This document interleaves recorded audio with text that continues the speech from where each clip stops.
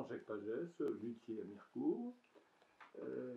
Tout d'abord, vous qui êtes luthier depuis maintenant quelques décennies, comment vous pourriez donc exprimer l'effort pour devenir luthier maintenant lorsqu'on a mettons 16-17 ans?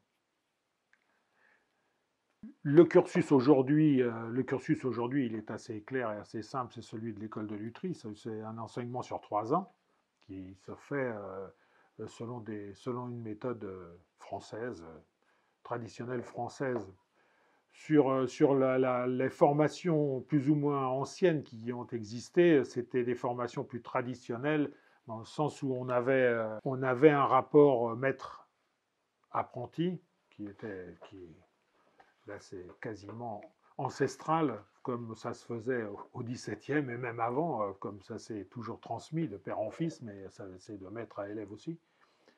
Et là c'était un enseignement, on va dire, encore un peu plus exigeant, dans le sens où il y avait beaucoup plus d'heures de travail, hein, c'est à l'époque, et que le métier se résume bien souvent à une expérience riche des heures de travail faites à l'établi. Hein. C'est pas là-dessus, je pense qu'il n'y a pas trop de secrets.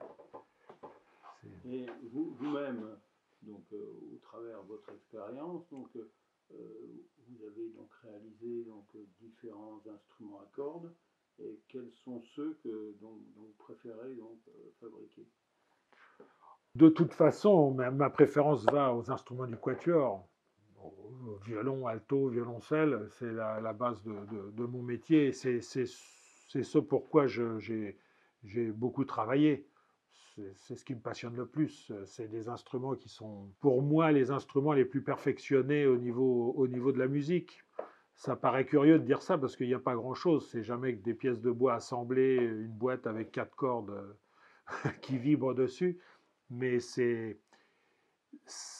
je pense qu'il n'y a pas plus sophistiqué que ces instruments-là. Ils sont tellement parfaits qu'ils peuvent traverser les siècles sans encombre et sans finalement trop de risques.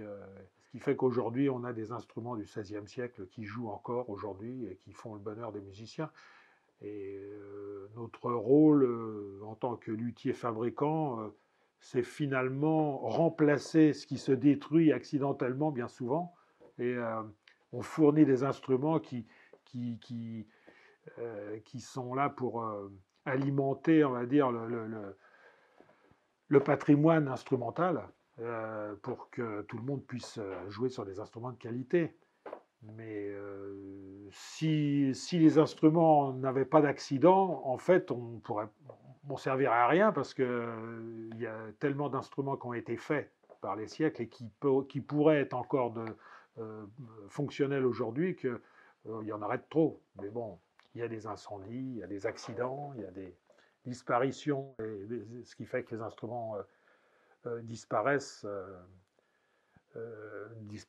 involontairement, quoi. Et vous me dites donc que votre préférence c'est pour le quatuor. Ah oui, le violon, alto, violoncelle, oui. Mais vous avez fait une entorse récemment je veux dire, en fabriquant oui. 2 octobasses. Est-ce que oui. vous pouvez nous en dire plus? Oui, déjà dans un premier temps, j'en avais fait une en copie d'un de nos maîtres, Jean-Baptiste Vuillaume, qui avait un peu lancé ce défi à l'époque de l'exposition universelle et qui avait fait 3 octobasses. Bon, instrument mythique qui a toujours fait rêver les compositeurs et je pense un peu soucier les luthiers. Puisque c'est une idée qui remonte au pareil 17-18e siècle. On retrouve des restes, des vestiges d'instruments géants comme ça, mais qui ont disparu totalement. C'est un peu les diplodocus de la lutherie, quoi. Et donc Jean-Baptiste Vuillaume s'y est attaqué pour l'exposition universelle, mais en fait il l'avait fait plus pour une question de promotion et vendre les instruments du quatuor, parce que lui aussi il préférait ça. Et ce qui fait que ça n'a jamais vraiment été développé. J'ai fait une de ces copies pour montrer à mes élèves qu'on pouvait aussi bien faire un tout petit violon qu'une grande octobasse, et que c'était qu'une question après de savoir-faire et de technique.